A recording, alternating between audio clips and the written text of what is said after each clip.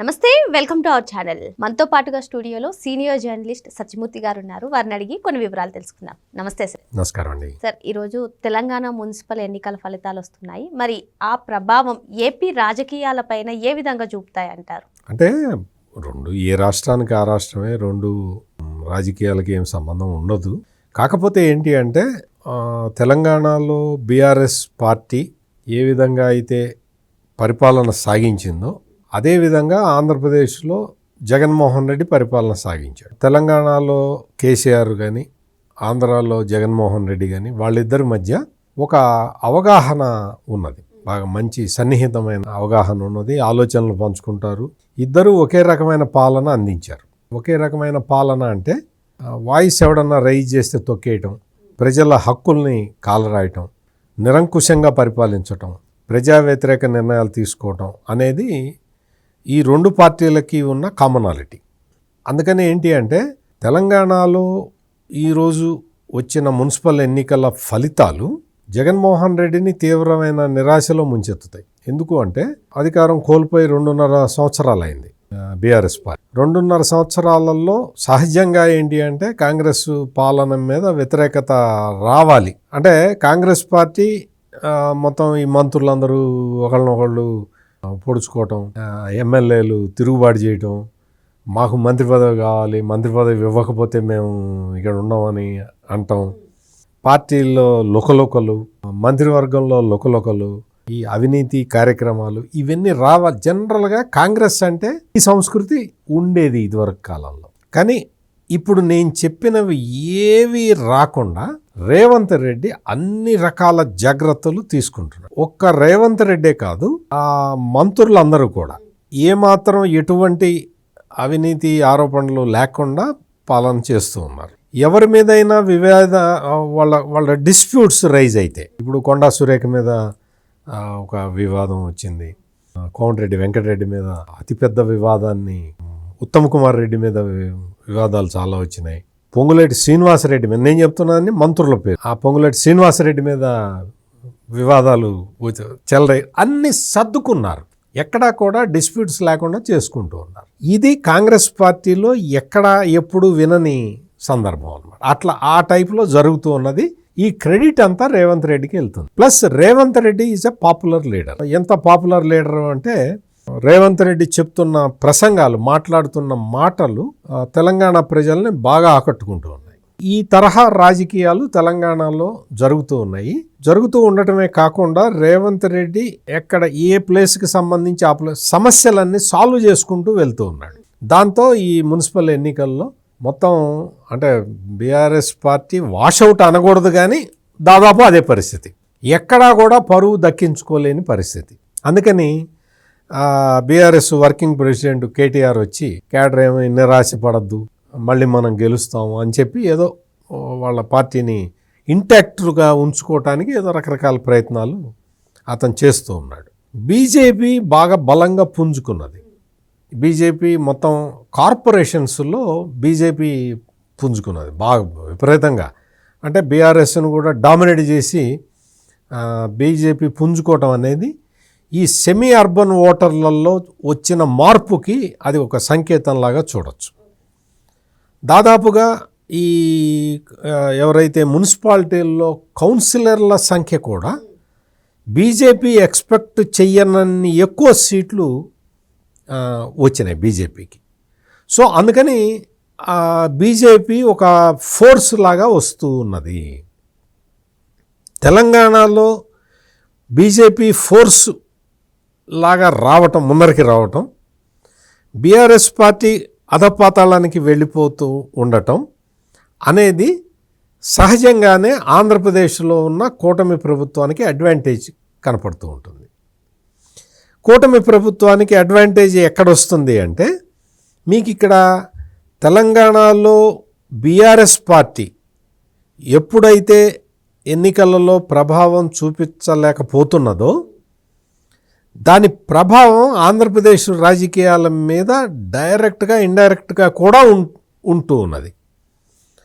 ఇందాక నేను చెప్పినట్టు జగన్మోహన్ రెడ్డి ఒక రాజకీయ గురువులాగా కేసీఆర్ని భావిస్తూ ఉండటం, కేసీఆర్ కూడా జగన్మోహన్ రెడ్డి ముఖ్యమంత్రిగా ఉన్నప్పుడు నువ్వు ఎట పరిపాలించాలో ఇదిగో తెలుసుకో అని చెప్పి కొన్ని కిటుకులు నేర్పటం ఇవన్నీ చేశాడు.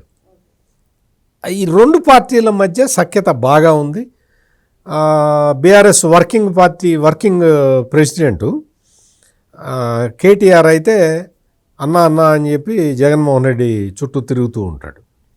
అందుకని బీజేపీ గెయిన్ ఇన్ తెలంగాణ,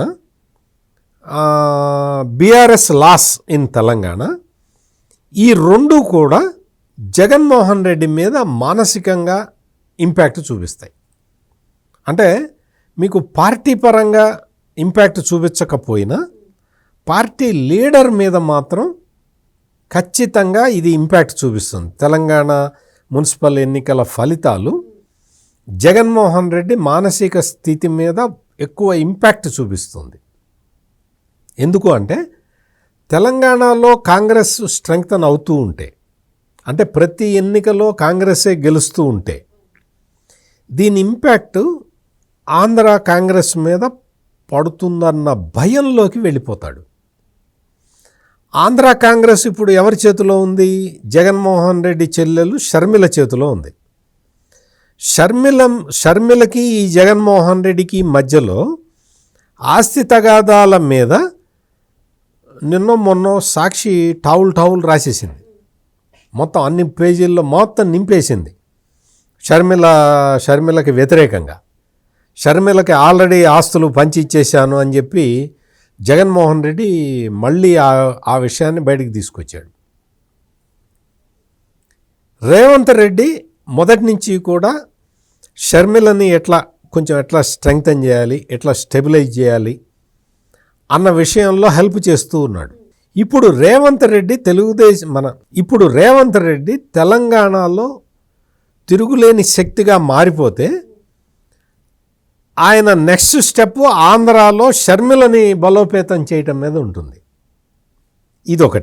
ఒకటి తన రాజకీయ గురువు అయిన కేసీఆర్ ఓడిపోవటం, ఆయనకు సంబంధించిన పార్టీ ఓడిపోవటం. 2, రేవంత్ రెడ్డి పొలిటికల్గా స్టెబిలైజ్ అయిపోయాడు కాబట్టి, అన్ని ఎలక్షన్లో వరుసగా గెలుస్తున్నాడు కాబట్టి రేవంత్ రెడ్డి ఆంధ్ర మీద కూడా కాన్సన్ట్రేట్ చేయడానికి అవకాశం ఉంటుంది. అంటే రేవంత్ రెడ్డి ఇప్పుడు ఆంధ్ర పైన ఫోకస్ చేస్తే వైసీపీ పార్టీలో కూడా కాంగ్రెస్ కేడర్ చాలా మంది ఉంటారు. అది రాజశేఖర్ రెడ్డి ఫ్యాన్స్ కానివ్వండి, లేదంటే కాంగ్రెస్ని ఎప్పటి నుంచో అభిమానిస్తున్న క్యాడర్ ఉంటారని, దాని మీద కూడా ఎఫెక్ట్ పడే అవకాశాలు ఉంటాయంట. అసలు జగన్తో ఉన్నదే కాంగ్రెస్ నాయకులు, జగన్తో ఉన్నదే నాయకులు కాంగ్రెసే, ఓటర్లు కాంగ్రెసే. ఇప్పుడు రేవంత్ రెడ్డి తెలంగాణలో బలపడిపోయి కొంచెం దృష్టిని ఆంధ్ర మీద సారిస్తే, షర్మిల బలం పుంజుకోగలిగితే, అదే కర్ణాటక డిప్యూటీ సీఎం డీకే శివకుమార్, రేవంత్ రెడ్డి కలిసి వర్కౌట్ చేస్తున్నారు ఆంధ్ర పాలిటిక్స్ మీద. పైన రాహుల్ గాంధీ, మల్లికార్జున్ ఖర్గే కూడా చెప్తూ ఉన్నారు రేవంత్ రెడ్డికి, డీకే శివకుమార్కి, you have to take care of Andhra Pradesh అని తడతడకి చెప్తూ ఉన్నారు. They are also waiting for their turn. Sharmila నిన్న మొన్నటి వరకు ఎక్కడో విదేశాల్లో వాళ్ళ అబ్బాయి దగ్గరికి ఎక్కడో తిరిగి వచ్చింది. ఇప్పుడే మళ్ళీ వచ్చి స్టేట్ పాలిటిక్స్ మీద కాన్సన్ట్రేట్ చేస్తున్నది. ఈ జంక్చర్లో తెలంగాణలో రేవంత్ రెడ్డి బలం పుంజుకోవటం అనేది, అంటే ఈ మున్సిపల్ ఎన్నికల్లో గెలవటం అనేది షర్మిలకి కొంచెం బలాన్ని ఇస్తుంది.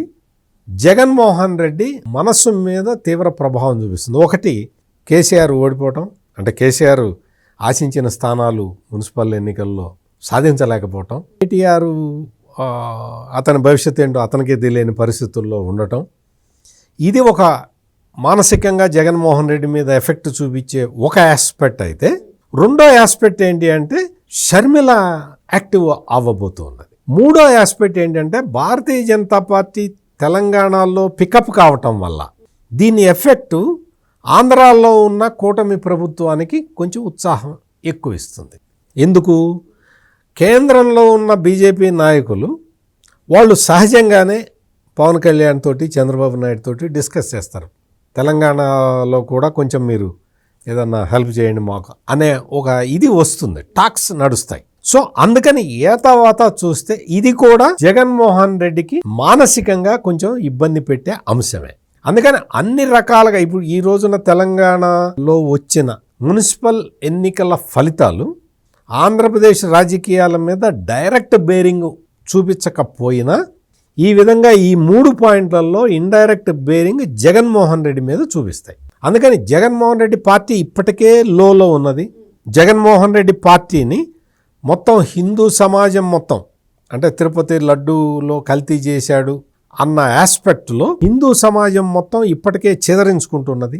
ఈ రోజున తెలంగాణ ఎన్నికల సందర్భంగా తెలంగాణ మున్సిపల్ ఎన్నికల్లో కాంగ్రెస్ పార్టీ గెలవటం, బీజేపీ పుంజుకోవటం, బీఆర్ఎస్ పార్టీ తగ్గిపోవటం అనేది ఈ ఆస్పెక్ట్స్ అన్నీ కూడా జగన్మోహన్ రెడ్డికి మానసికంగా ప్రభావం చూపించే అంశాలు కాబట్టి అసలే తన పార్టీ కుంగిపోతూ ఉన్నది. దానికి తోడు ఈ ఎక్స్టర్నల్ ఫోర్సులు కూడా వచ్చి చేరితే జగన్మోహన్ రెడ్డి తట్టుకోలేడు. అది ఇప్పుడు present political situation. Telangana municipal ఎన్నికల ప్రభావం ఈ విధంగా జగన్మోహన్ రెడ్డి మీద పడబోతూ ఉన్నది. మరో అంశంతో మళ్ళీ కలుద్దాం. Thank you sir. నమస్కారం.